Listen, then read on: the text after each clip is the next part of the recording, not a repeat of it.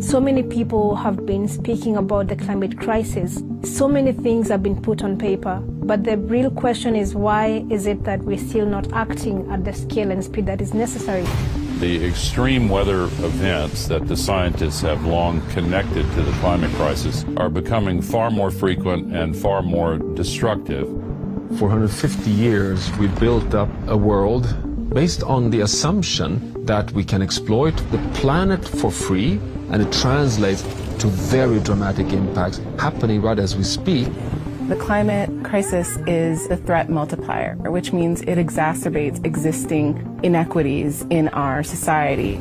The impacts are felt most deeply by Black, Indigenous, and communities of color.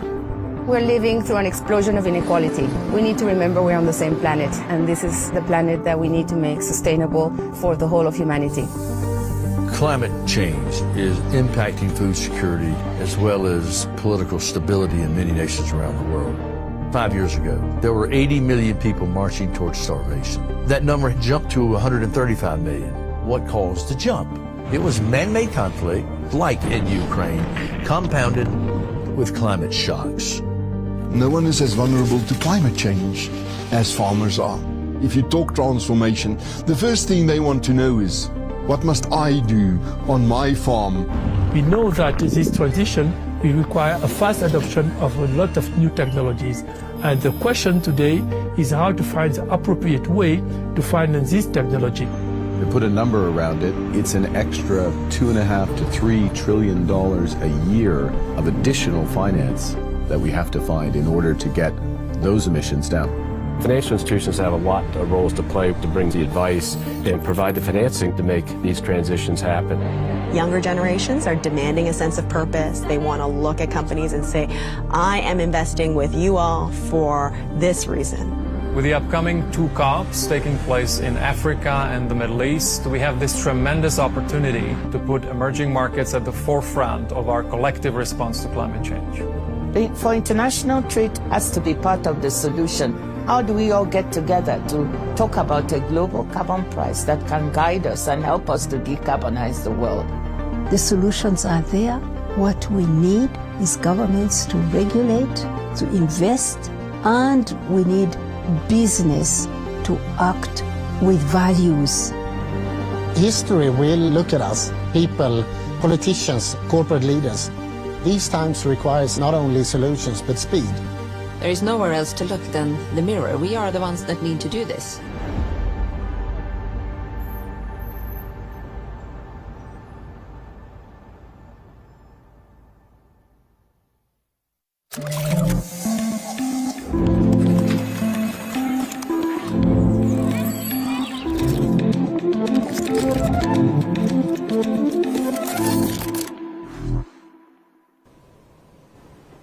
Hello and welcome from Manhattan. I'm Adrian Monk at the World Economic Forum, and this session is Tackling Disinformation, part of our Sustainable Development Impact Meetings 2022. Thanks for joining us. I'm delighted to say that for this panel we have a fantastic group of experts. With me here in the studio we have Melissa Fleming, Under-Secretary General for Communications at the United Nations, formerly in charge of all the comms for UNHCR, and a very distinguished communicator and podcaster. I'm also joined down the line by Rachel Smolkin, who is Senior Vice President at CNN in charge of the network's digital output, and one of the leading experts in disinformation, Professor at Brown University, Claire Wardle. And Claire also advises many organizations on what they should do to combat disinformation. But to start our session, Melissa, I wanted to turn to you. When you took over in 2019 running communications for the United Nations, I imagine you had on your agenda the Sustainable Development Goals, a lot of the big global issues that the UN tackles. I'm guessing that you probably didn't have on the list of things that you'd be looking at fighting global disinformation. How did that become part of your mission? Yeah, you're right. It was certainly kind of bubbling in the background as a phenomenon, but it really exploded with COVID-19. But I think it exploded also in our own awareness of the phenomenon and the problem.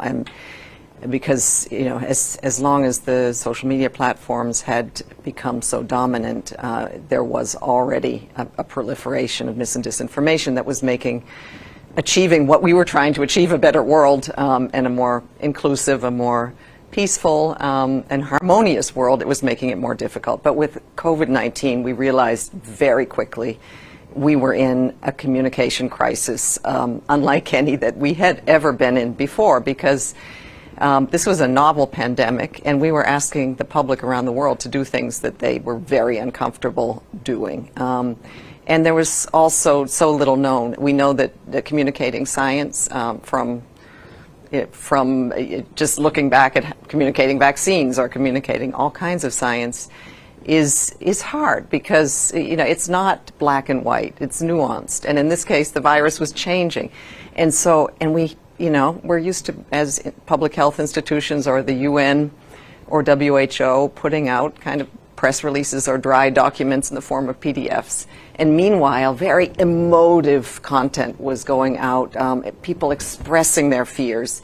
And people who are very active in the anti-vaccine scene and others were seizing the opportunity of people being so afraid as well, and injecting disinformation and misleading information, fueled also by some leaders and governments. So it was this, it was a cacophony of information. WHO called it an infodemic, which meant it was, if you were a user and you were trying to search, you were just confused because there was so much information. Some of it good, some of it and some of it really, really bad. So yes, we started to study the phenomenon, and I know Claire Wardle seized with this as well.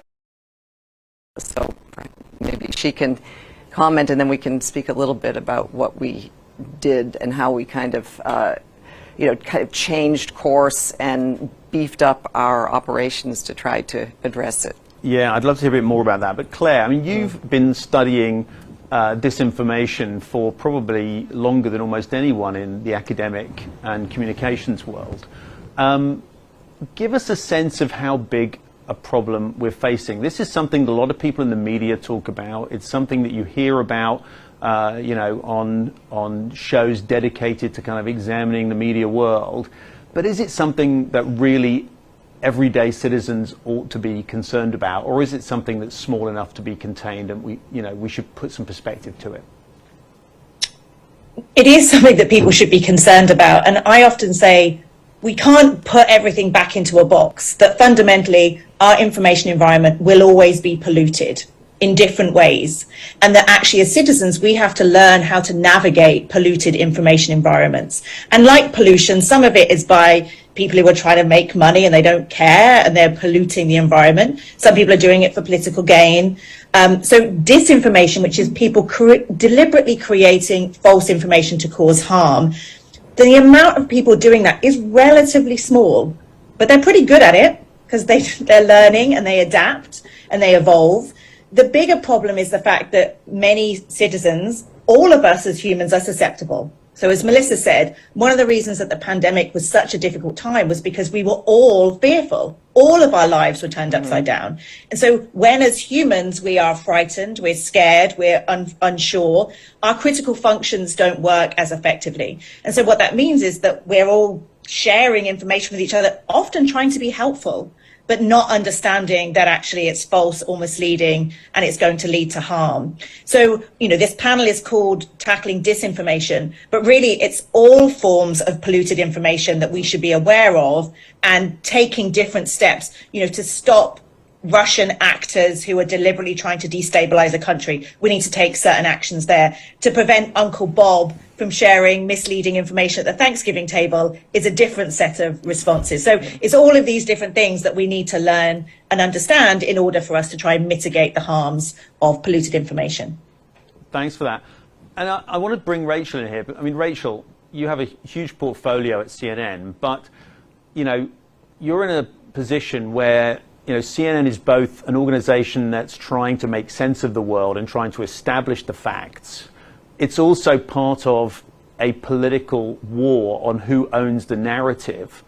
And you're also now facing these folks that Claire just alluded to, who are in a professional business of fabricating disinformation in order to make your life even harder.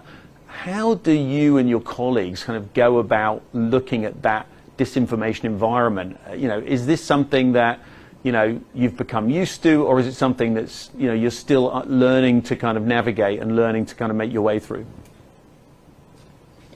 Claire did such a good job with the framing of this as polluted information. I find that a really helpful way to think about it, because as we navigate this environment, the information being put out that is deliberately wrong is all mixed together with information that is wrong, misleading, dangerous, no matter what the original intent of the information is.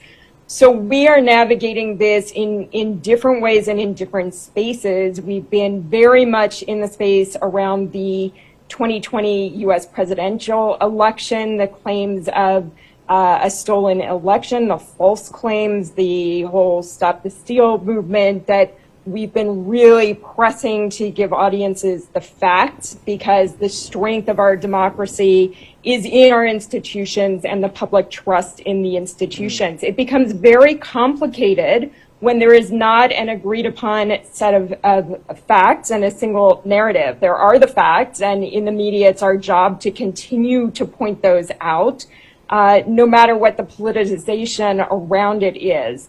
The other challenge, and Claire and Melissa both got at this, we're no longer in one confined space. This is not just happening in the political space. It has been a huge issue during the pandemic. We've seen it a lot around the vaccines and false claims and misinformation about the safety of COVID vaccines that can scare people off. There are real health ramifications for this and can be quite dangerous to people who are taking in that polluted information, whether it is disinformation or misinformation. We're seeing it in the abortion space now, also a very potentially dangerous space for women who are being told things on the internet that are just not factually correct, not scientifically sound. We've seen it in the Russian-Ukraine war, with Russia spreading disinformation and then governments such as China picking that up. So we are really seeing it in so many different spaces and need to think about how best to get the facts out to audiences and how to hold actors accountable and call out what's wrong without further spreading it ourselves. So that is always a balance that we have to be mindful of. Yeah, I want to come back to you, Melissa, because you talked at the beginning about how you'd started to kind of tackle this. What was the toolkit that you kind of came up with to try and start to, you know, detoxify or depollute this kind of information sphere?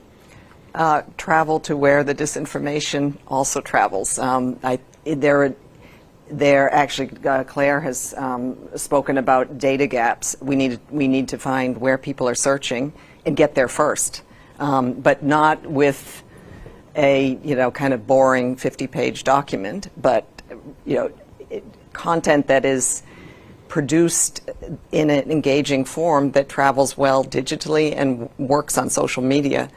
And also in languages. We deployed our country offices all over the world to kind of take the basic messaging that really didn't change that much on health guidance and on the efficacy and the safety of the vaccines, and produce content in such a way that it is locally relevant and that it travels in digital spaces, but it's also in languages that people understand and in contexts that make sense. So we really took a lot of guidance from our local teams, what was trending there. We don't want to, central messaging from Geneva or from New York isn't going to work for everyone. Another really key strategy that we had was to deploy influencers. Influencers who were really keen, who have huge followings, but really keen to help carry messages that were going to serve their communities. And they were much more trusted than the United Nations telling them something from New York City headquarters. So, and finally, we had another trusted messenger project, which was called Team Halo, where we trained scientists around the world and some doctors on TikTok. And we had TikTok working with us. And these scientists, who had virtually no following to start with, got verified tics. They started bringing people in their community into their labs, into their offices, and answering their questions, engaging with them. It really took off, and many of them became kind of like national media go-to advisors. And so it was a layered deployment of ideas and tactics. But finally, and Claire also mentioned this, people need to be inoculated themselves. And I think, social media took off so quickly that I think people of all ages are very ill-equipped, especially in times of crisis, when they're feeling very engaged with what's out there and searching and wanting to help and wanting to share. really learning actually how to spot mis and disinformation and how not to be part of the problem. Finally, and none of us have mentioned this yet, we really think the platforms bear a huge accountability, responsibility, much more than they're doing. They did step up, they did provide, ad credits, they did take down quite a bit, but the phenomenon was still exploding on their platforms and still is. And I'm just talking about COVID. I mean, Rachel talked also about conflict. There's the Ukraine war. We're seeing the phenomenon of hate speech that is making wars worse, that is actually fueling conflicts. And these are all, phenomenon that always existed. It's just they now have a distribution possibility that is so much more powerful than the other means they had before the digital age. That's really interesting because, for people who don't understand how we got into this situation, perhaps we need to just take a step back. When social media and kind of internet communications started, it wasn't the situation that you had when the printing press rolled off, when the founding fathers in the United States, were battling with people publishing all kinds of scurrilous rags and libel laws and other kinds of free speech things came into being.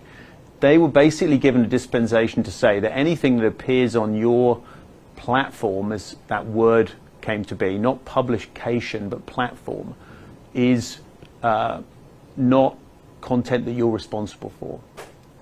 And that has been a kind of fundamental factor in the growth of these platforms. Because that's not true, is it, Rachel, for CNN? If you put out a news report, you can't turn around to the world and say, well, sorry, don't sue us. Nothing to do with the editorial process here at CNN. It just happens to be unlucky. It was someone's opinion. So Claire, can you just take us back a little bit, and maybe Rachel also just give us an idea of some of the kind of ways that you actually professionally manage the information and the checks that you guys do? Because I think it's quite important for people to understand both of those sides of it. There is real process here, and there's also some real structure to why we are where we are. Claire. Yeah, no, I'll just say is that we all got one of these, not that long ago. I think the iPhone was 2007. And none of us got a crash course. We didn't do a driving license in using a phone, and we got all excited about it. But fundamentally, I now have the same power as Rachel. I can create something right now, and if it's amazing, it might have a bigger reach than CNN. It would have to be very good. But nobody was taught how to have that level of responsibility. We didn't talk about it as publishing. We talked about it as posting and share a status update. We didn't say, you have the ability to share information, and if it's false, it can really cause harm. And so I think what you're getting at, Adrian, is that the fundamental change with the internet and this idea that they were just kind of the communications pipelines and there was no responsibility. It is hard to wrap our heads around. Why doesn't Mark Zuckerberg take responsibility? And he should do. But this is hard because also the absence of gatekeeping that we have on the internet has also allowed all sorts of voices to be heard and to flourish and movements to develop that in an age of gatekeeping, we didn't necessarily hear from. So what we're going through right now, and you're right when you talk about the printing presses, that is a revolution of the same scale. And we are, as a set of societies, trying to get through this period of adjustment of what does it mean when everybody has a mouthpiece? What are the norms that make that we can do this in a way that doesn't cause harm, et cetera, et cetera. And there are calls for a change in what's known as Section 230, which means the platforms have to take responsibility for that. But I do worry that if we kind of have a knee-jerk reaction to that, what kind of speech then gets chilled, or what kind of speech don't we hear? How do we moderate that kind of scale of speech? So I'm not trying to say the platforms don't need to do more. They absolutely do. But what we're seeing is this technology has also allowed all sorts of magic to happen. And that's what we have to balance, is the horrible side of the internet with the joyous side of the internet, which, to be fair, is human nature. And we're trying to get through this period now. And that's why, how many of these conversations do we keep having? Because it's hard and it's complex and it's nuanced. And I think that's what we're trying to, balance the human element of speech and communication with the technical abilities of the kind of iPhones or computers and the internet. And we still, that's why it feels so hard right now, because there's no easy pathway through it, and we're figuring it out as we go. And Rachel, Claire said there that, everyone's got a phone, you can just post. I mean, as a journalist at CNN, you can't just hop on to Twitter and put an opinion out or share something that you're not really sure if it's correct. You actually have processes in place, you have editorial processes that kind of go into making sure that what you put on air and what you share digitally is checked and is researched and is stuff that you'll stand by, because unlike platforms, you're under an obligation, aren't you, to make sure that you've gone through a thorough process of verifying what you broadcast and what you put out. Yes, absolutely. There are many levels of vetting, from checking the information itself. I mean, it starts with the reporters, but there are many layers within the organization to vet that, to double check. Well, yes, we heard this from one person, but have we gone to this other source, this other person who might give us a more detailed understanding or might tell us that the information we have is wrong? Have we checked it? Have we thought about it from this other angle, from this other perspective? We have layers of editors, we have beat leaders who are experts in the areas, who think through the information, who connect it to other pieces we've done. We have people in the organization who look specifically at our standards and whether the reporting is meeting our standards. So there are many layers of people who look at these things within CNN, really working to get it right for the exact reason you're saying, which is once we put it out, we know we have a powerful platform and we have a responsibility to serve our audiences with the most accurate information we can give them.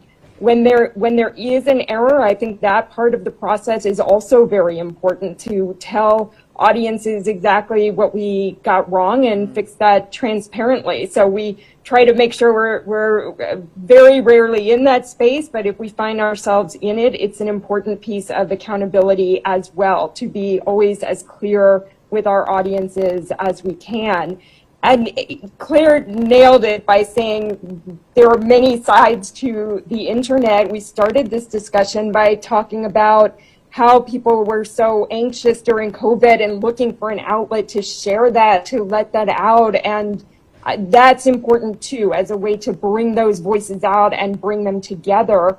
It's just incumbent on all of us who have platforms to share information that we make sure when there is information that goes to people's health, to their safety, to their understanding of and belief in the fundamental institutions of our government, that information is accurate and correct. Thanks, Rachel. I mean, and Claire and Melissa, I just want to come back to both of you on this, because you talk, Claire, about the joy of the internet and the fact that we do hear so many voices, but we've learned quite a lot, haven't we, in the decades and hundreds of years of history of information and journalism, which is that you do need to have checks. You can't just shout fire in a crowded room, that you do need to kind of make sure that you've gone through processes when you're putting out information that could be detrimental to people's health, their well-being, their reputation, all of these things. And yet those lessons seem to have been put to one side entirely in the current situation, and we're all groping a little bit in the dark. I mean, does any of that need to be revisited now? Because we keep having these conversations as if something called the history of journalism and the history of newspapers and television and everything and radio doesn't exist, that the internet is so different and so new. And yet what you're describing seems to be very old, which is a problem of people sharing made up stuff, or even worse, people making up stuff deliberately to undermine other people and having that shared. Yeah, but I'd say, Adrian, we're both British. We both have lived in a country with terrible tabloid newspapers. I mean, there are very good news outlets and there are news outlets that are pushing disinformation. There are very good politicians and there are politicians that are really pushing disinformation. So yes, platforms are absolutely part of the problem, but we can't ignore the full information ecosystem. So we need to, Rachel just did a great job of explaining all of the checks and balances. Many people have no sense of all of those checks and balances in a newsroom. They have this idea that Rachel has a thought and she just puts it out. She just happens to work at CNN and she's a mouthpiece of the liberal elite. No, unfortunately, we're seeing trust in institutions decline because we haven't done a very good job of explaining exactly what Rachel said, which is what Rachel puts out on CNN is fundamentally different to what my best friend from high school decides to post based on their own experiences and their own reading of a scientific journal article, but they haven't done a research methods class and they're drawing the wrong conclusions from it. We're all in this space. We all have the power to publish. And so a lot of this goes back to teaching people to understand how to navigate this world and to think critically about all forms of information, whether it comes from Facebook or whether it comes from a news provider. Is that news provider doing the kind of checks that you would expect so that you can trust that you're reading or consuming credible information? So that's the problem. It's so many elements of I talk about pollution. It's all sorts of pollution coming from all sorts of directions. And so we have to be a bit careful that we're not like, oh, news is the answer, when unfortunately, globally, there's all sorts of examples where news are part of the problem. But I would like to say that there is a crisis in public interest media, and particularly in countries, I mean, that there is here, if you look at the demise of local news and local newspapers. But in many countries around the world, in developing countries, I mean, there really is almost an extinction threat of the kind of media that would be that kind of check and balance out there. And so then Facebook becomes the internet, and affiliated, unaccountable portals or, you know, kind of fake news organizations spring up to kind of fill that gap and fill that space. So I do think, I agree with Claire that we have a polluted information ecosystem that has many parts and many players, but I do think that also with the demise of public interest media and the rise of digital alternatives has been dangerous. I mean, we've seen it in the most egregious forms. For example, in Myanmar, I think that it's the case that's cited the most, where, you know, everybody got their cell phones, as Claire put up, and then everybody got Facebook loaded on to their cell phones, and that was their way of entering this incredible new world without any education on how to navigate. And then a government that made a decision to dehumanize a whole sector of the population, the Rohingya, in such a way that it gave license to kill, license to drive out 700,000 people, and with almost no moderation on the part of Facebook happening, no real realization that this was going on the platform. So it is an ecosystem that I agree with Claire. It is very complicated. I think it needs to be looked at country by country and addressed in so many different ways, through education, through, you know, the bolstering of the kind of media that is going to provide factual, good reporting, so that you know, people have news sources they can trust, and then, you know, on the part of the platform, to be more generous with their moderation capacities in countries that are very fragile, and where we're seeing, I just recently visited Bosnia and Herzegovina, and there's a proliferation of denial of the Srebrenica genocide and glorification of war criminals. People there were saying this is to a point where we fear spiraling back into war. And this is driven by this speech, which is traveling online, kind of uncontrolled. So anyway, I could go on and on about all of the phenomenon we're seeing. And finally, you know, our peacekeepers around the world were recently surveyed, and, you know, almost half of them found that mis and disinformation is a real problem for them in keeping the peace. Now, it's true what Claire said, you know, in some places, this could also be traveling on radio, for example. So it's not just on social media platforms, but I do think that our information ecosystem is a real problem if we want a more stable, peaceful, harmonious, and united world. That's really interesting, and I think a couple of things that I'd love to get the views of all three of you on is, one is the professionalization of disinformation, which we've seen in the 2010s, really, from the experience of Russian denials of involvement in the downing of an airliner carrying hundreds of passengers from Holland and Asia, to the chemical weapon use or non-use in Syria, and right on until COVID, where we saw what looked like state-sponsored actors engaged in that, and even the creation of these kind of front television stations like Russia Today, channeling and broadcasting conspiracies and other kinds of information and acting as a kind of amplification for them. I want to talk about that, but also, the other side, platforms are based and have their origin in the US. They come from a very specific place, which is a place of an unrestricted battlefield of speech. And that kind of unrestricted battlefield doesn't exist everywhere. And we sort of know why, for quite good reasons. In Germany, for example, there are rules and regulations about what you can say in relation to the Third Reich, the Holocaust, those kinds of things.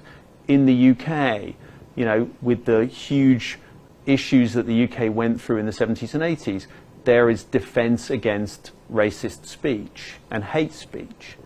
And so you have got restrictions on what people can say and how they say it. And I wonder, what your sense is, the three of you, in terms of what, are there lessons to be learned from some of those measures, or is it the case that, the US example is the kind of absolute purest example and needs to be replicated everywhere? And also, if you're dealing with professional disinformation, how do you counter that? So, two things I want to look at, but maybe start with the US background, because Claire, you come at it from both sides. You grew up in Britain, but you work in America. What's your view on the kind of the unmitigated right to say whatever you please, wherever you please? Yeah, I have to say there are many things about the First Amendment that are very, very special, but I do feel that it stops nuanced conversations about speech. And there's this idea of, well, it's a marketplace of ideas, more speech is good speech. But the truth is that algorithms are not unbiased. So it's not that every piece of speech is equally weighted. There are certain types of speech that tends to be more emotive and tends to be from certain people that gets more airspace. So my frustration is I wish we could talk more about harm when it comes to speech. So people say, well, misinformation, it's really legal speech. We know terrorist content, child sexual abuse imagery, we know what to do about that. That's illegal speech. But lots of these examples, Claire, well, that's legal speech. And I keep saying, but it might be legal, but if it's leading to harm, can't we actually have a conversation about that? And I think the examples you use, Adrian, is that there are very strong examples of when speech led to very serious harm. And my worry is that we don't think about this problem in a longitudinal way. There was a wonderful New York Times documentary where they actually went back and found footage of KGB spies from the 1980s. And one of them says, it's like drops of water on a rock. One drop of water doesn't cause any harm, but continuous drops of water will splinter the rock into thousands of pieces. And that's what we're trying to do with the US. Now, they said it in the 1980s, and you could argue 40 years later, they're really starting to see that happen. But so my fear, to your point, Adrian, is that people say, oh, the First Amendment, what kind of harm is this causing? Well, what does this kind of low-level, conspiratorial, hateful, misogynistic content that doesn't break platform guidelines, over time, where is that leading us? So I just wish we could have a more nuanced conversation about speech, because I worry that this idea of more speech is good speech, that's not really the case. And if you talk to people of color or women, their experiences on the internet look very different to probably your experience, Adrian. And so this idea that all speech is equal is not true. And I wish we could just have that conversation properly and talk about the long-term impacts of different types of speech. And Rachel, CNN's a global news provider, and you operate in many different markets with many different types of regulation. What's your kind of perspective on that issue about the kind of primacy, if you like, of the First Amendment in terms of the global speech environment? We do operate globally, and so that means for different countries, there are different guidelines or rules. We see that in particular around things like elections, where they're handled very differently from place to place. I think, again, to Claire's point, the discussion to me here is less about can somebody say something, whether that's an ugly, offensive comment. I mean, yes, in the U.S. and in most cases they can, but I think the issue is more about how it is handled, and that brings us back to the platforms, from discussions about algorithms to what the platforms are allowing. Yes, somebody can stand up and make a comment. That doesn't mean the comment needs to be shared on a platform, and the platforms will set those guidelines. There was just a study yesterday that we wrote about on CNN. It was a NewsGuard study of TikTok that found that in searches for basic information about news stories, in 20%, nearly 20% of videos contain search results with misinformation. And that was on everything from the 2020 US presidential election to the Russia-Ukraine war to misinformation about abortion. So there is an issue where a platform is acting as a provider of information, and a young audience is coming to that looking for information, perhaps not equipped to sort through, not media literate enough to sort through what is and isn't correct. And this is what they're finding. So to me, the discussion really has to stay in that space, not so much what can be said and not can be said, but how are we handling the information and what are we putting out? What is getting promoted? What is rising to the top? So that when users, and particularly young users, are searching for it, what are they coming across?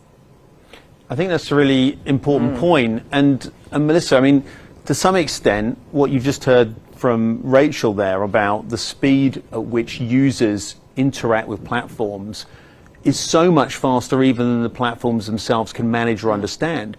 It seems that, when we saw the beginning of these platforms, there was a lot of hope about global communities, about everyone having a chance to share lovely pictures of their families and friends, and none of the kind of discussion about the darker side of what could happen. And TikTok is a new platform, famous for dancing videos and showdowns of people singing and that kind of stuff. But it's also very susceptible to exactly what you've been talking about in the disinformation, misinformation space. So how do we balance that thing of seeing these platforms suddenly emerge from nowhere and get the users who, some of them with bad faith, bad intention, and sometimes state-sponsored, jumping in with this kind of bad content? How do we deal with that? And how do you deal with that at the UN? I mean, I agree with everything Claire and Rachel said about the phenomenon, and also that I can't remember the exact statistic, but it's an astonishing number of young people who get their news from TikTok and no other place. So the responsibility then with that knowledge of that TikTok has is huge. And, it's even more. And if there is that much mis and disinformation traveling on the platform, obviously they need to do more to address it, but also to educate. But I do think we as news organizations, we as institutions, also have a continued responsibility to inform the world about the state of our world, to guide the public, and unfortunately, like, for example, the UN, I was astonished to learn from my social media colleagues that we fall under a category called civic institutions, which means our starting point, we're downranked. So our starting point is down here, whereas Joe, conspiracy theorist, can start here. And so Facebook tries to address this by giving us ad credits so that we can then come back and be at the same place that whoever wants to say anything person is. But it is an algorithmic shift that was deliberately taken to favor individuals over institutions, and the institutions who are there to serve the public for good are at a disadvantage. We are also, though, have to get better at communicating in these spaces, and I think the humans who are, running our governments, our public health institutions, also need to be more human in their communications, because that's what functions well on social media channels. So it is, it's educating, it's hopefully elevating the content that, we partnered with Google, for example. If you Google climate change, you will, at the top of your search, you will get all kinds of UN resources. We started this partnership when we were shocked to see that when we Googled climate change, we were getting incredibly distorted information right at the top. So we're becoming much more proactive. We own the science, and we think that the world, should know it, and the platforms themselves also do. But again, it's a huge challenge that I think all sectors of society need to be very active in. So it's been a really interesting discussion. I want to bring it to a close with just asking each of you, to some people watching this, they're going to be saying, well, hang on a second, you guys, you're experts, you're institutional, you're mainstream media, you're the people that I'm doing my research to kind of go around, because I don't trust you to deliver on what you say you deliver. You've got an agenda, you're part of these institutions that I didn't vote for, I didn't choose, I didn't pick, I didn't have a say in the editorial policy at CNN, I don't get to pick the faculty at Brown or vote for the UN leadership or the World Economic Forum. How do you get to people like that and say, look, you possibly might want to check a little harder on what you're looking at, or you might want to think again? Or have we lost some people to this debate? Some people kind of, that's it, they're gone. Claire, you've been doing this probably for longer than anybody. What's your kind of sense check? Yeah, I don't think we can just say to people, trust us anymore. Because if you look at the disinformation ecosystem, it's actually really participatory. People feel part of something. They feel like they have agency. They feel heard. Our ecosystem that we all live in is still pretty top down. Like, CNN might tell me, tune in at 11 or read this link. Or as you say, Melissa might publish a PDF and assume that I'm just going to read it and trust it. We on our side need to understand, how can we listen more effectively? How can we be more representative in our newsrooms and faculty of many people who feel like they're not seen and they're not represented? But again, we're not going to come out of this quickly. So we just have to start on a process and say, how do we build back that trust? And we're going to have to make people feel like they're part of something. At the moment they don't, but the other side makes them feel part of something, and that's why they're succeeding. And Rachel, what's your kind of take on that? I mean, do you think we need to kind of rebuild trust? Do we need to rebuild communities of people that we engage with? How's CNN looking at this? Yeah. We need to do both. Trust is earned. It's a huge responsibility and a privilege to do what we do every day, and we're very mindful of that, of trying to get it right, of trying to serve our audiences, of thinking about what information they need and they're looking for, and making sure we provide that in different forms, of bringing in different voices and thinking about different communities and how we reach different people in different places. News is consumed very differently than it used to be. So are we thinking about reaching people in new ways, in new places? Are there communities or people's voices we are overlooking that we can do a better job incorporating into our coverage? These are discussions we have every single day in the newsroom, and we need to keep having them. They're crucial. Melissa, you've probably been on the front lines of this in the last 3 years in ways you probably never expected. How have you kind of looked at this issue? Do you think we've lost some people to the conspiracy spheres, to the disinformation dispensers, or are there things we can do to bring people back? I think there are certain people who've totally got lost down rabbit holes, and they're going to hopefully find their way out at some point. But I do think there are all kinds of people in the middle, and there is evidence that people are feeling really overwhelmed. They're feeling so much gloom and doom from the news environment as well, even the responsible news environment. And so I think we also have a potential, and we're seeing it on our social media channels. The UN has millions of followers, and we put out a lot of messages that are really, that they're positive, they're hopeful, they give people agency, they give people the chance to engage, to take climate action, to sign on to initiatives, and they're taking part. So I think there is a hunger to be a part of something that is not conspiratorial, that is not hateful, that is not divisive, but that is working towards making the world a better place. There is a lot of positivity to be had, and I think we just need to pull people together to provide that kind of incentive and context. And there is some, in combination with all of the other tools that we discussed here today. Thanks so much. Well, I hope for those of you watching, you haven't come away with too much zoom and gloom from our discussion. A big thank you from my side to Claire Wardle, to Rachel, and to Melissa, and to all of you for joining for this session. So stay tuned for more from the Social Development Impact Meetings. But from here in New York, thank you all very much.